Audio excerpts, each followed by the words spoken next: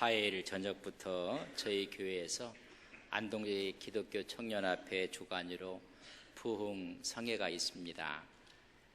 저희 교회에서 하기 때문에 우리 교인들이 좀 은혜를 받았으면 좋겠다.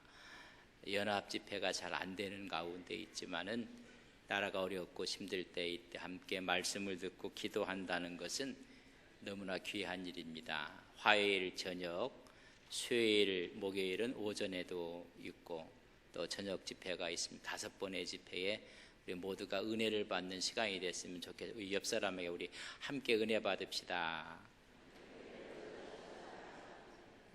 부흥의 은혜 받자는 이야기예요. 우리가 좋은 기회입니다. 그래서 우리 함께 은혜를 받는 이번 부흥 집회가 됐으면 좋겠습니다. 광고의 말씀이었습니다. 요한복음 5장에 보면 예수님께서 38년 된 병자를 치유해 주시는, 그를 낫게 하시는 기적의 역사가 기록되어 있습니다. 예수님께서 베데스다 목가에 갔을 때 수많은 사람들이 그곳에 모여 있었습니다. 전부 다 병자들이었습니다. 이유는 물이 움직일 때 그곳에 내려가는 첫 번째 사람은 그 병이 나았다는 것입니다. 그래서 수많은 사람들이 모여서 물이 동할 때를 기다리는 것입니다. 천사가 내려와서 물을 움직일 때 그곳에 들어가면 낫는다는, 여러분, 말씀의 신앙이 아니라 어찌 보면 민속 신앙을 가지고 있었고 토속적인 신앙을 갖고 있었던 것을 볼 수가 있습니다. 왜냐하면 왜 민속 신앙이었는가, 우리가 말씀을 보게 될 것입니다. 간헐천이었던 것 같습니다. 그래서 물이 움직일 때 그곳에 들어갔던 사람이 낫는, 이런 이야기를 통해서 오늘 우리에게 주시고자 하시는 주님의 말씀이 무엇일까를 우리는 함께 나누게 될 것입니다.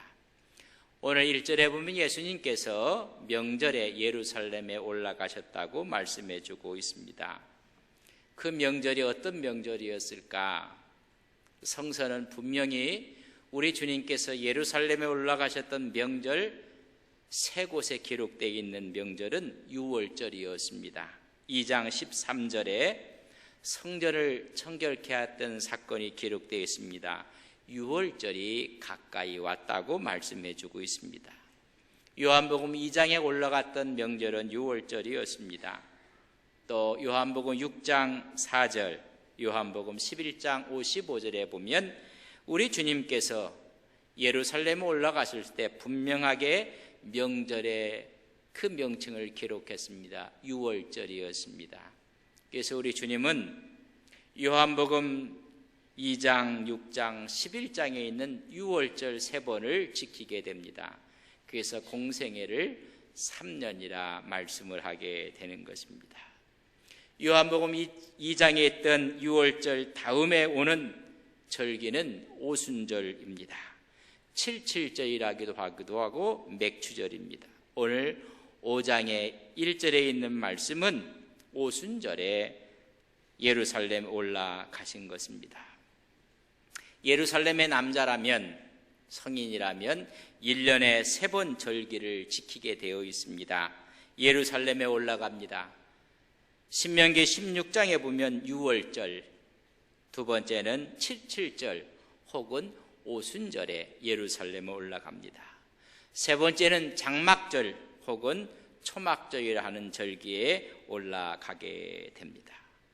오늘 1절 말씀에 보면 그 후에 유대인의 명절이 되어 예수께서 예루살렘에 올라가셨다고 말씀해 주고 있습니다.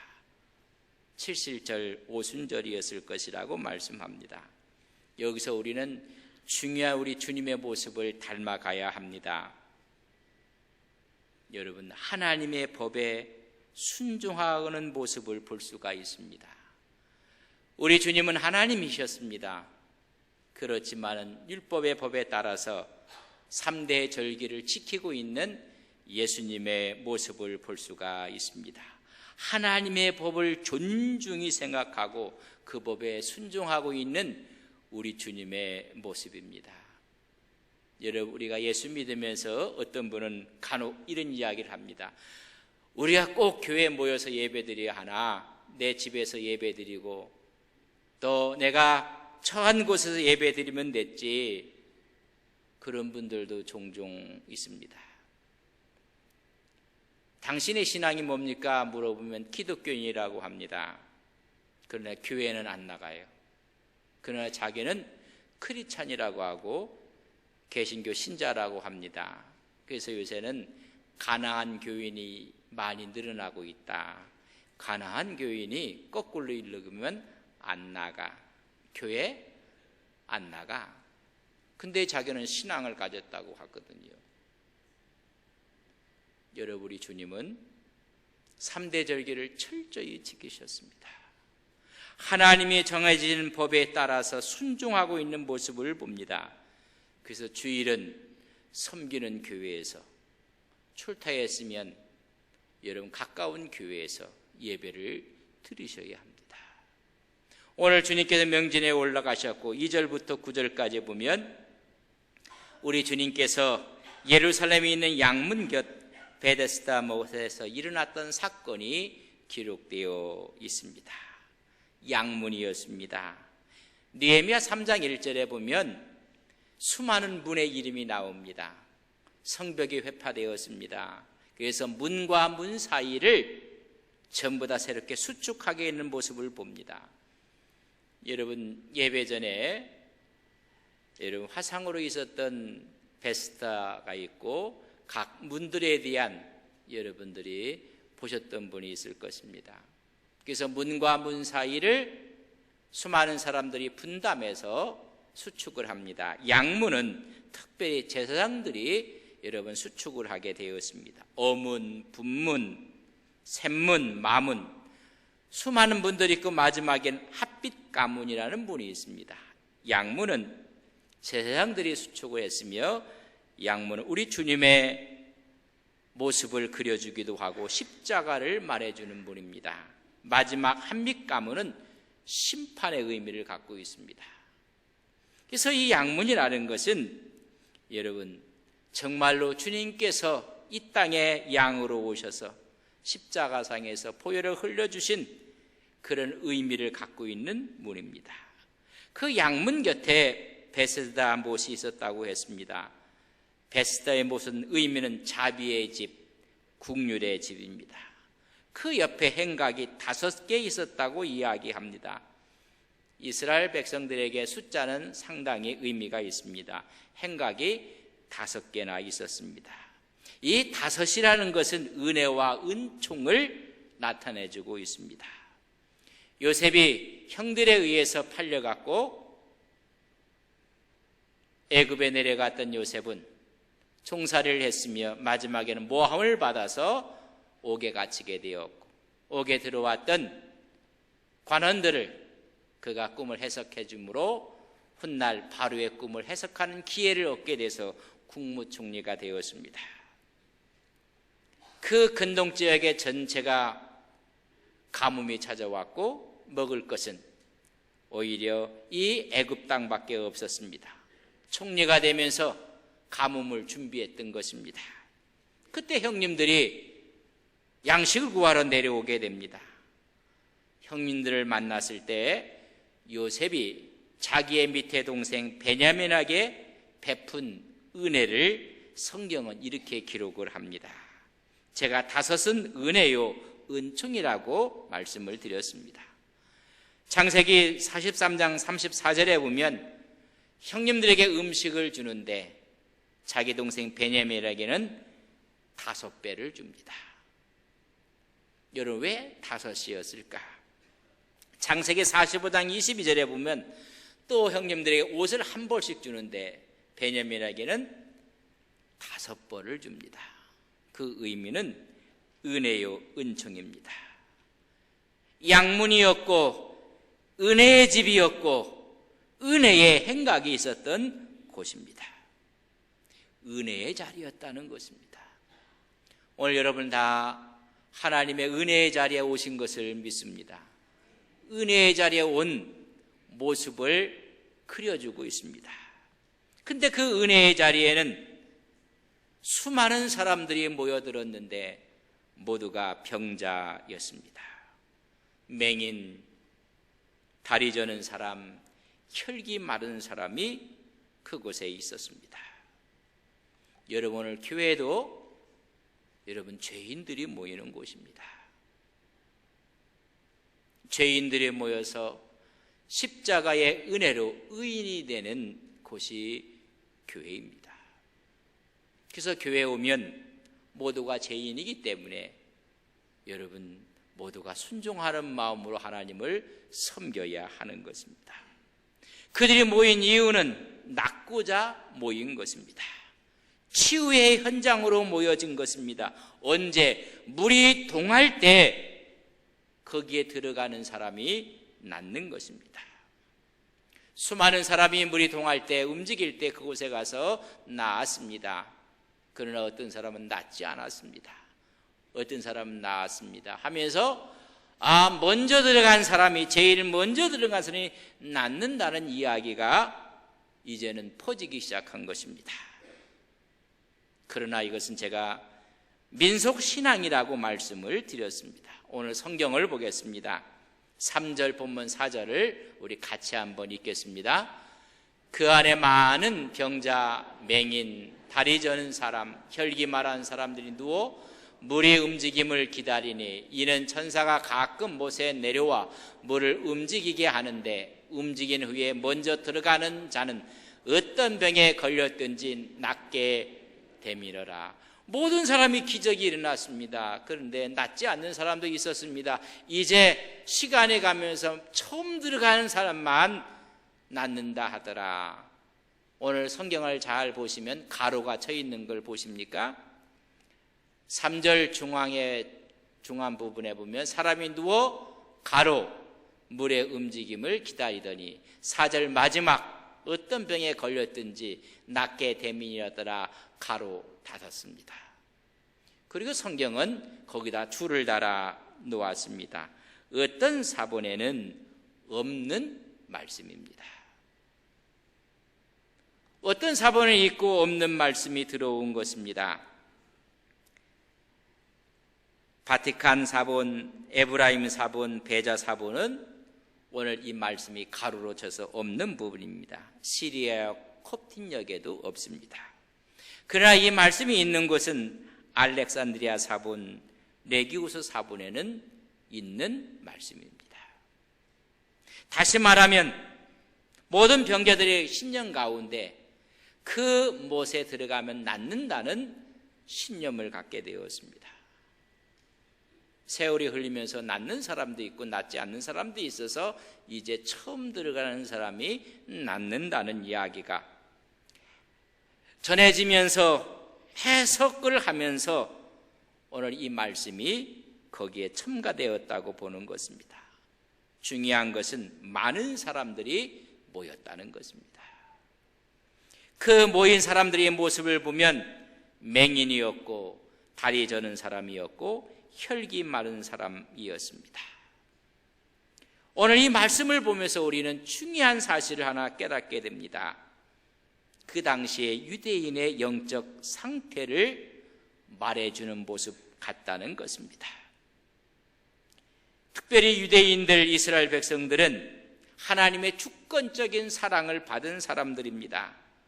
하나님의 사랑과 자비와 놀라운 은혜를 받았습니다. 그러나 그들은 배은망덕하고 말았습니다. 하나님께 감사하지도 않았고 하나님을 찾지도 않았고 급기야는 성전을 장사의 집으로 만들고 말았습니다.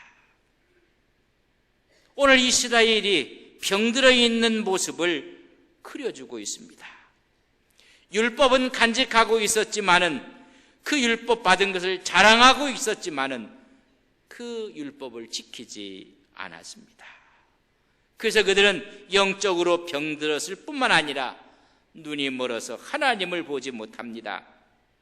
율법은 갖고 있었지만 하나님의 계명을 따라 살지를 않습니다. 걷지 않는 유대인의 모습입니다. 모두가 안진방이가 돼서 손이 마비된 상태입니다. 눈이 보이지 않아서 이해력도 부족하고 제대로 걸을 수도 없고 마비되어 있는 모습, 유대인의 모습이 오늘 이 사건의 모습으로 비춰지는 것입니다. 그들은 기다리고 있는 것입니다. 천사가 내려와서 물이 움직일 때까지 기다렸습니다. 그래서 많은 사람들에게 희망의 장소였습니다. 그러나 그들의 기다림은 헛수고였습니다. 그것을 38년 된 병자의 모습을 통해서 말씀하고 있는 것입니다. 이 38년 된 병자는 외로운 사람이었고 포려진 사람이었습니다. 왜냐하면 물이 움직여도 들어갈 수가 없습니다. 누구의 도움을 받을 수도 없는 사람이었습니다. 물이 움직였습니다. 두 번째부터는 아무 의미가 없는 물이 되고 말았습니다. 한 명만 나았고 나머지에게는 쓸모없는 물이 되고 만 것입니다. 오늘 그래서 5장 4절에 보면 이런 말씀을 기록했는데 이 말씀을 유대인에게 적용할 때는 어떻게 적용할 수가 있는가? 먼저 5장 4절의 말씀을 저랑 같이 한번 보겠습니다.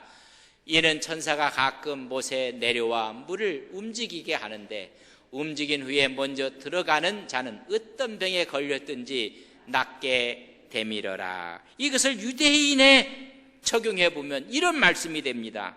이 못의 물은 그들에게 준 율법입니다. 이 율법은 천사들에 의해서 전해졌습니다. 그 율법에 의해서 명해졌던 모든 것을 행하는 사람은 어떤 사람이든지 생명을 갖고 살 수가 있는 것입니다. 그러나 그 법을 지킨 사람이 없습니다. 그 법을 지킴으로 생명 얻는 사람이 누가 있겠습니까? 있다면 완전한 사람입니다.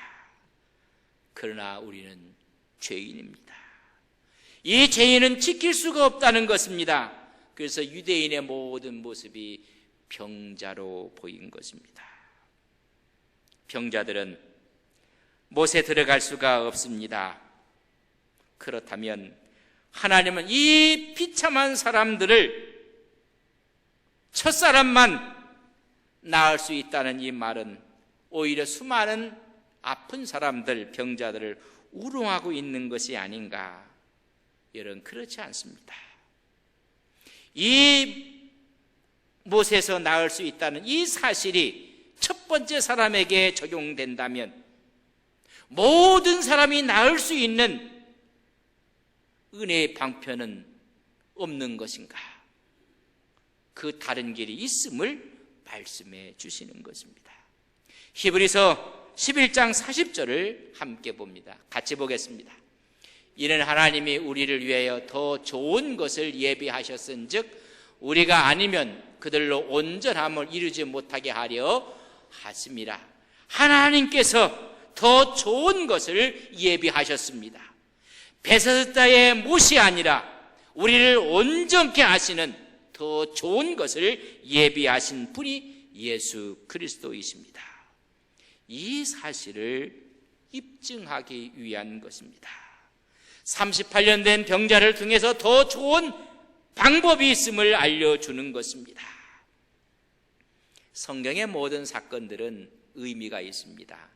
한 병자가 나았다는 것으로 끝난다면 그것이 무슨 경전이겠습니까? 오늘 이 사건을 통해서 하나님이 하시고자 하시는 하나님의 메시지가 있는 것입니다. 심오한 의미를 사건을 통해서 말씀해주고 있습니다. 단지 한 사람이 낫고 안 낫고의 문제가 아닙니다. 오늘 이 환자를 통해서 우리에게 알려주시가는 하나님의 메시지는 무엇인가? 이 병자를 오늘 기록하고 있습니다.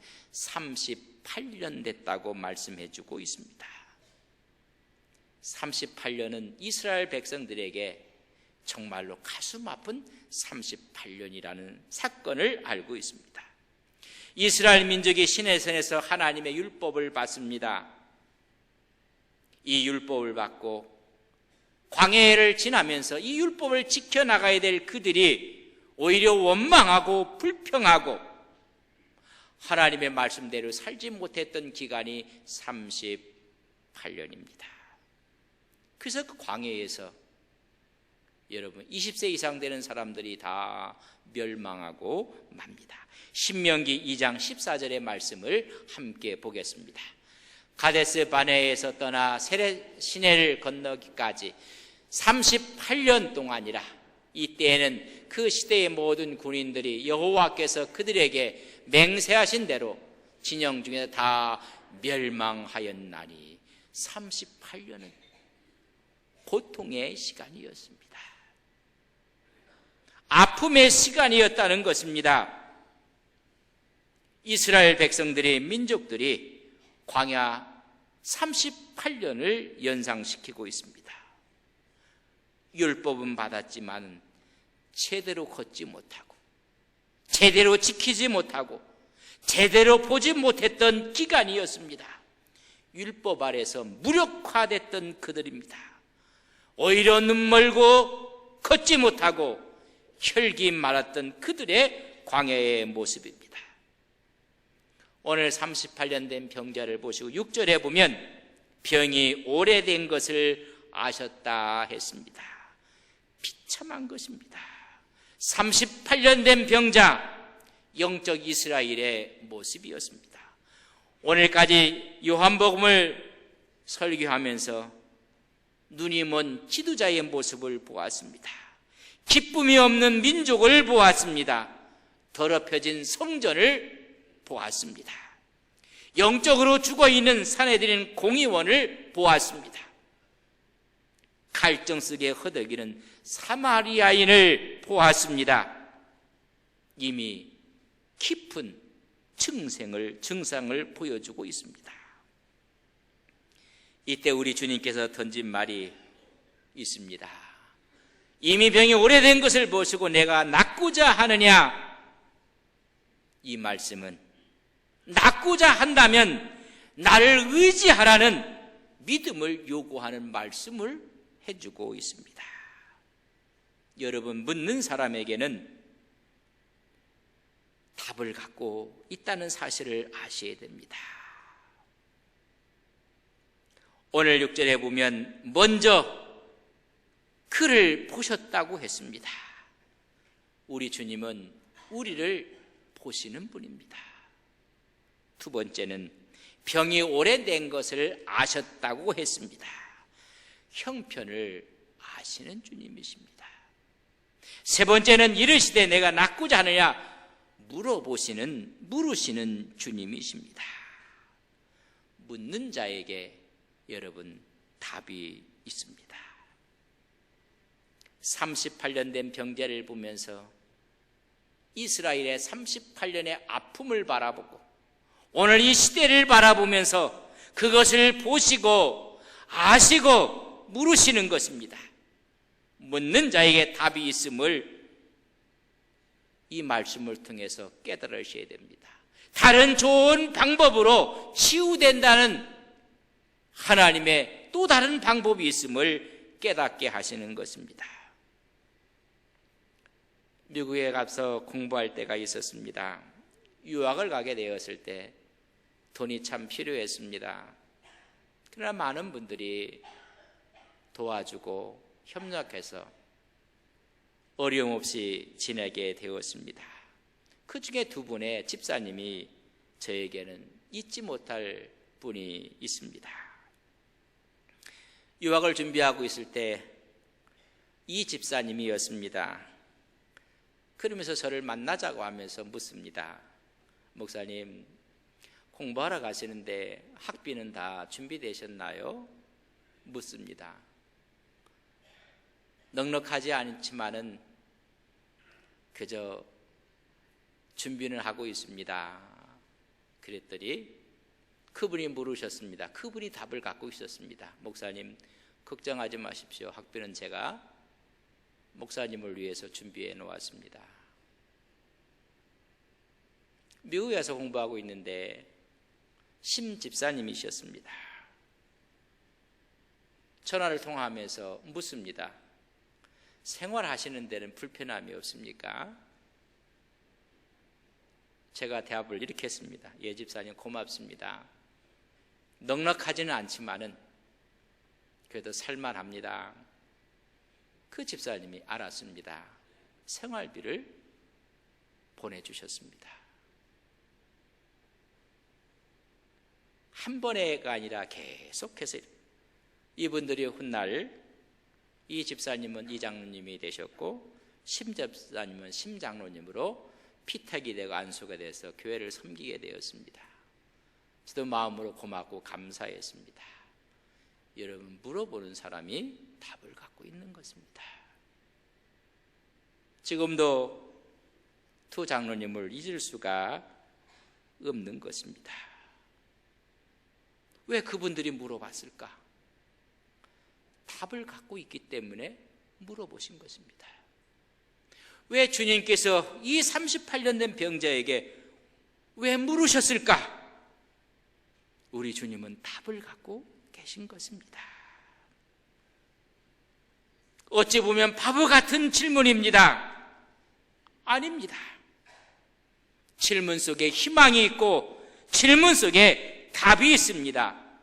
그 답에 응답하면 하나님께서 또 다른 길을 예비하셨다고 히브리서 11장 40절에 말씀하지 아니했습니까? 우리의 비참한 상태, 우리의 어렵고 힘든 상태, 바보처럼 묻고 있습니다. 그분이 답을 갖고 있기 때문에 묻는 것입니다. 예, 그렇게 필요합니다라고 이야기만 하면 됩니다. 그러나 거부하는 사람이 있습니다. 선생님, 건강을 위해서는 술을 끊으셔야 되겠습니다. 건강을 위해서 담배를 끊는 게 좋습니다. 그랬더니 하는 말, 선생님, 제가 몇 년을 더 산다고 이 좋은 것을 끊고 살겠습니까? 그저 먹고 죽겠습니다 하는 분도 있습니다.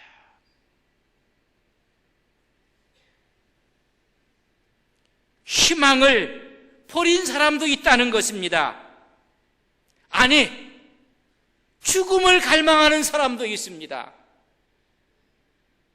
어려운 상황 가운데 스스로 목숨을 끊는 사람이 있지 않습니까? 그러나 그 물음 앞에 일어나기만 한다면 하나님의 역사가 일어난다는 것입니다. 이 질문을 통해서 너의 무력한 상태를 인정하고 새로운 갈망을 가질 때 하나님이 역사하심을 말씀해 주고 있습니다. 내가 낫고자 하느냐? 그 말씀은 주님의 이름 말씀입니다. 내가 지금 있는 그대로의 너를 내 손에 맡길 수 있느냐? 내가 할 수 없는 것을 내가 행할 수 있다고 믿느냐라고 묻고 있는 것입니다. 이 38년 된 병자가 이렇게 얘기합니다. 나는 낫고 싶고 소망합니다. 그러나 나보다 먼저 가는 사람이 있어서 내 병이 낫지 않고 있습니다. 나를 도와줄 사람도 없습니다. 나는 낫는다는 희망을 갖고 있다는 것입니다. 자비의 집이었고 국률의 집이었고 행나 다섯이 있는 은혜와 축복의 자리였건만 가장 냉혹한 현실이 그 자리였습니다. 가장 삭막하고 매정한 곳이었습니다. 말만 베사스다였습니다. 그러나 이 38년 된 병자에게 주님께서 물으실 때 체념하지 않는 모습을 주님이 본 겁니다. 좌절하지 않는 모습을 보았습니다. 마지막까지 낫고자 하는 열망을 주님이 보신 것입니다. 간절함과 신념을 갖고 있었습니다. 포기하지 아니했습니다. 나는 낫고 싶습니다. 내려가고 싶습니다. 그런 다른 방법이 있느니라. 이때 주님의 말씀이 증거될 때 그 말씀이 능력이 되고 역사가 된 것입니다. 예수님께서 8절에 말씀하십니다. 일어나라, 내 자리를 들어라, 그리고 걸어가라고 절대적인 확신이 있는 주의 명령이 떨어지는 모습을 봅니다. 생명을 주시는 말씀의 선언입니다. 일어나라는 것입니다. 우리는 좌절과 포기와 절망 가운데 이 말씀이 들려져야 합니다. 일어나라는 것입니다. 누웠던 자리에서 일어나고, 도움만 받던 자리에서 일어나고, 혐오감만 주던 자리에서 일어나고, 낙담하고 좌절한 자리에서 일어나라는 것입니다. 우리 주님께서 그를 바라보시고 왜 이런 병이 걸렸는지에 대한 이유를 묻지 않습니다. 부모의 죄라고 묻지도 않고 너의 죄라고 묻지도 않습니다. 단지 일어나라고 말씀하고 있는 것입니다. 그때 그 자리를 들고 일어나야 되는 것입니다. 자리를 크라바톤이라고 했는데 얇은 매트리스입니다. 이제까지 앉아있던 그 자리를 들라는 것입니다. 그리고 세 번째 명령합니다. 걸어가라고 말씀합니다. 너는 낫기 위해서 물속으로 걸어가는 것이 아니라 내 말씀을 듣고 걸어가라고 말씀해주고 있습니다. 이 말씀을 들었던 이 38년 된 병자는 말씀에 순종하고 일어납니다. 9절에 그렇게 기록되어 곧 나아서 자리를 들고 걸어갔다고 말씀해주고 있습니다. 천사가 내려와서 물을 움직일 때 첫 번째 내려갔던 사람이 낫는 이 베스다의 목가보다 우리 주님의 말씀이 더 능력이 있습니다. 하나님의 능력을 말씀으로 했을 때 일어나 걸어갔습니다. 오늘 이 말씀을 통해서 우리는 한 가지를 깨닫습니다. 오늘도 우리의 주님은 우리를 보시고 계십니다. 그리고 병이 오래된 것을 아시고 있습니다. 그리고 우리 주님이 묻습니다. 내가 낫고자 하느냐? 이 말은 거꾸로 말하면 너도 나을 수 있다는 주님의 음성인 것입니다. 이런 능력을 받을 수 있는 요소는 간절한 소망입니다. 왜냐하면 묻는 자가 답을 갖고 있기 때문에 그렇습니다. 신앙이 무엇입니까? 소망이 존재하는 곳이 신앙의 자리입니다. 하나님의 역사가 무엇입니까? 꿈이 있는 그 자리에서 하나님의 역사를 바라보는 것입니다. 믿음은 바라는 것들의 실상이라고 히브리서 11장 1절에 말씀해주고 있습니다. 여러분, 절망하면 죽음이 옵니다. 힘이 없으면 낙심하는 사람들이 있습니다. 하나님의 능력을 무시하는 사람들입니다. 우리에게는 낫고자 하는 열망을 주님은 찾고 싶어 하시는 것입니다. 돈이 있고 사회적인 명성이 있었던 삭개오, 그런 열망 가운데 주님을 만나보고 싶었습니다. 사람들이 너무 많이 모여서 주님을 볼 수가 없으니 그는 뽕나무에 올라갔다고 했습니다. 열망입니다. 삭개오가 주님을 본 것이 아니라 먼저 성경은 주님이 삭개오를 보셨습니다. 그리고 아셨습니다. 내려오너라, 내가 오늘 너희 집에 유하리라. 구원이 그 집에 임하는 것입니다. 12의 혈유증 여인이 좌절하지 않고 포기하지 않고 주님의 옷자락만 만져도 나을 것 같은 열망을 갖고 있습니다. 그 열망이 주님의 옷자락을 만졌을 때 그는 치유가 되었고 구원의 반열에 들어가게 됩니다. 우리 주님은 종종 우리에게 찾아오셔서 묻습니다. 내가 낫고자 하느냐? 고침받을 수 있다는 것입니다. 내가 은혜를 받고자 하느냐? 주님이 은혜를 주신다는 것입니다. 우리의 응답이, 우리의 믿음이 내 소원대로 될지어다. 주님은 말씀하고 있는 것입니다. 오늘 우리의 현실은 너무나 어렵습니다. 나라가 어렵습니다. 남북 관계도 어렵고 일본과의 관계도 만만치 않습니다. 대미, 대중, 대러시아 관계도 어렵습니다. 우리 현실이 그렇게 만만하지 않습니다. 왜 그런가요? 전부 다 앉아 있습니다. 주님이 일어나라고 합니다. 자리를 들고 일어나라고 합니다. 오늘 이 말씀이 잘못된 생각의 틀 속에 갇혀서 속박 가운데 앉아 있는 사람들에게 일어나라고 명하고 있는 것입니다.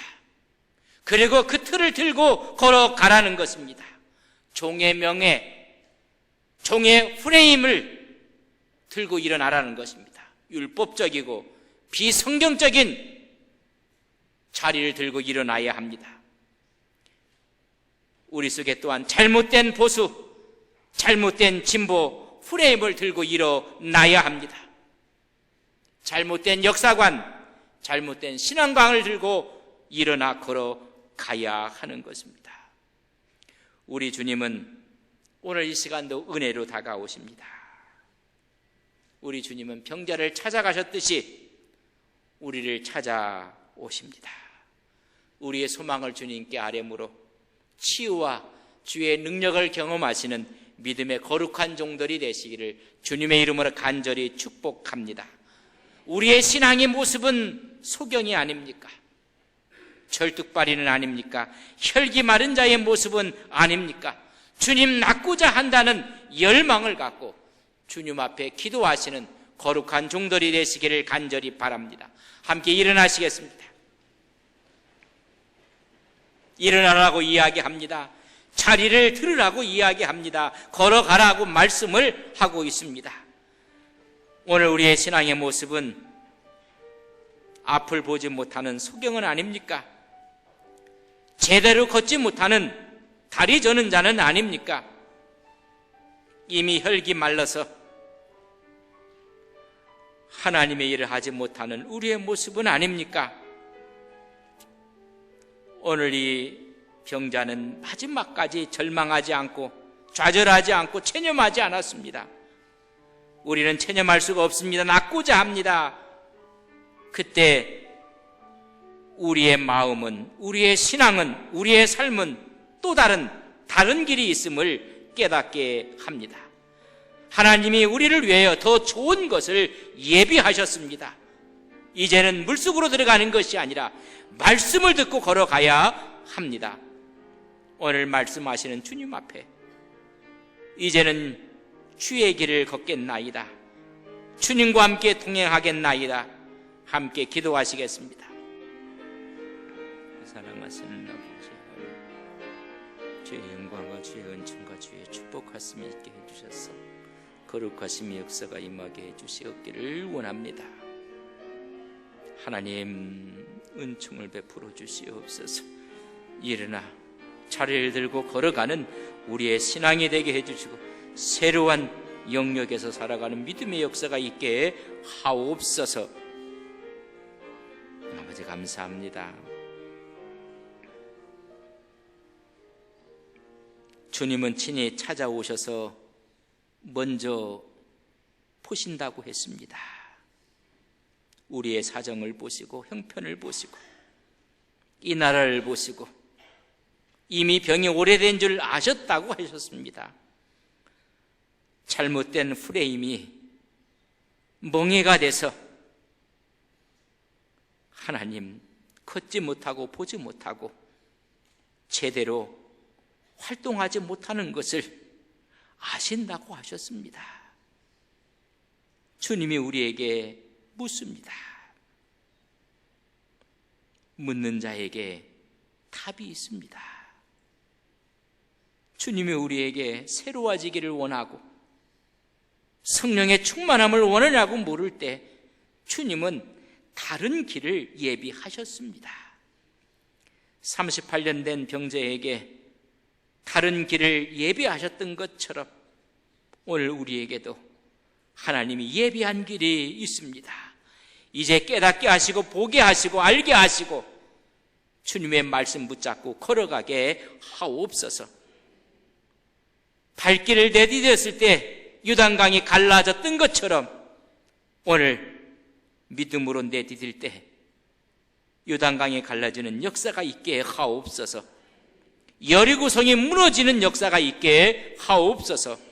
소망 중에 살아가는 주의 종들이 되게 하옵소서. 예수님의 이름으로 기도 올리옵나이다. 아멘.